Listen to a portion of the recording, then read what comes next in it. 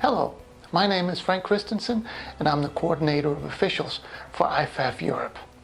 This is the second of 2 training tapes dealing with personal foul chop block.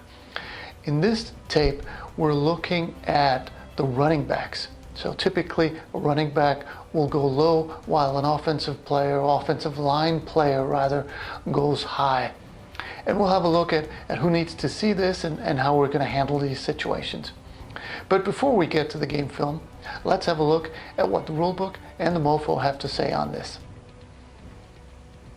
In the rulebook, we go to Rule 233, chop block. And Article 3 says a chop block is a high-low or low-high combination block by any 2 players against an opponent who is not the ball carrier, anywhere on the field, with or without a delay between blocks. The low component is at the opponent's thigh or below. It is not a foul if the blocker's opponent initiates the contact. And then we go to Rule 9.1.10 that simply says there shall be no chop blocking. No exceptions, no nothing. Compare that to 9.1.6, the low block that has a whole array of different exceptions and when can you block and when can you not block and how can you block. For the chop block, there shall be no chop block. In the MoFo, we go to section 3.3 on contact fouls. Number 16 says, it is not a foul if either the high or the low player involved simply brushes past or makes only slight contact with the opponent. There must be force enough in each block to change the velocity of the relevant part of the opponent's body. And then it repeats, by rule it is not a foul if the defensive player initiates the contact. And that was the theoretical part. Now let's have a look at some game film.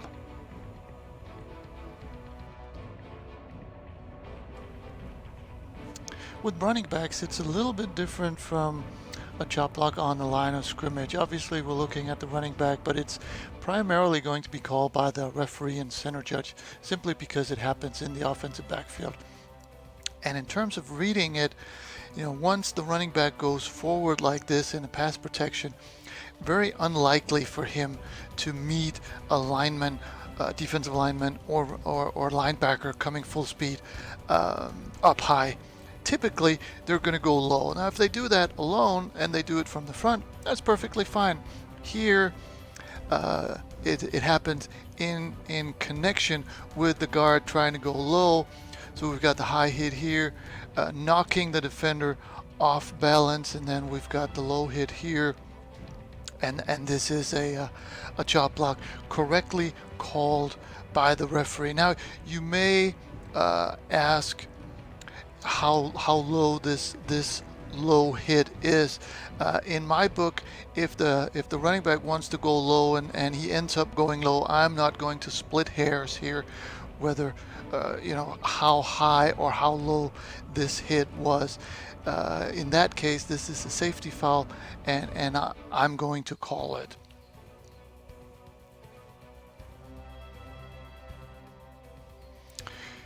In this example, the running back and the left tackle will combine for this.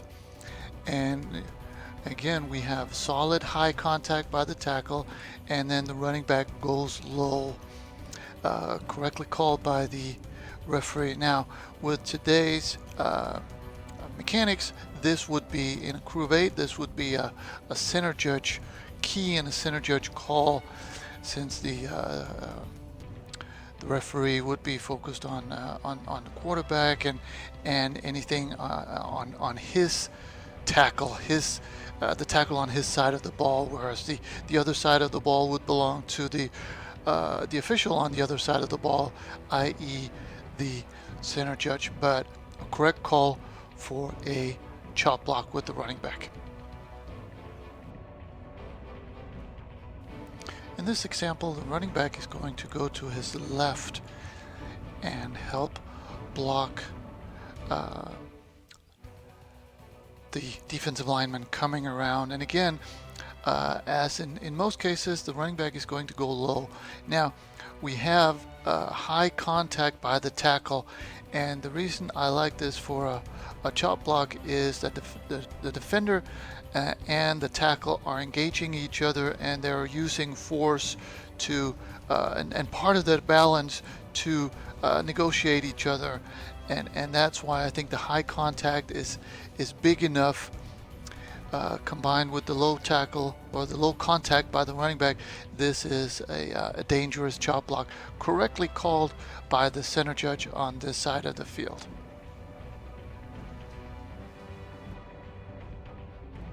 Before we move on to legal plays, here's the last chop block with a running back, and this is actually a running play and not a pass play. So it's not happening in the backfield in pass protection, but rather the running back, the fullback, is going to come out, but again he's going to go low while the linemen go high, and in this situation I'm thinking primarily the wing should be looking ahead of the runner. Possibly even the referee should be looking at this in front of the runner, so that we get this, because we do have solid high contact by the tackle and also low contact by the runner. This should have been called. As we're turning to the legal plays, we're of course looking at the running back, but in this case also the center. So here we go. I think this high contact was a good attempt, but it just isn't enough for me. But once we get the low contact here, the linebacker is fully engaged in the low contact by the running back. So I don't think the high contact had any impact on the defender. So in my book, this is not enough high contact that we want this called, and therefore it is a legal low block. In this example, we're looking at the fullback and then the guard, and again we'll see it's the running back who goes low, but in this case, even though the guard tries to come over and help, I just don't think there is enough high contact. There's solid low contact, but the high contact by the guard has no bearing at all on the defender or how he goes flying. So I think this is a legal play. On this play, the running back is going to demonstrate, and we do need contact for a block. Here he certainly tries to go low, or he does go low, and he tries to make contact, but he fails because of the athletic move by the Swedish linebacker here. So no contact, no foul, no chop block.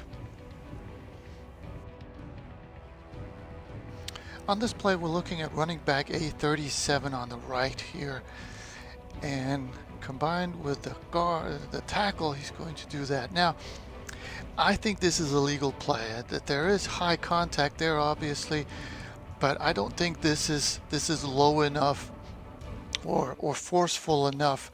Now, compare this to the very first clip we saw where the running back, where there was doubt how low the low contact was, but in that play the running back went to the ground. Here he's really not, as he's doing the block, he's still staying up, and I think this is a shoulder to the midsection at best.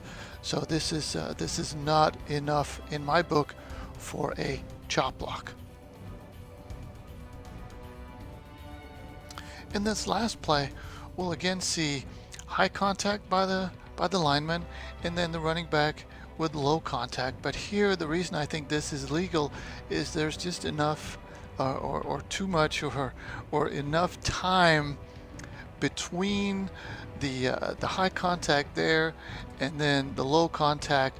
Again, the defender has time to completely concentrate on the running back's low block, so we don't have that combination block that makes it so dangerous for the defensive player. So high separation and then low. I think this is enough for a legal play.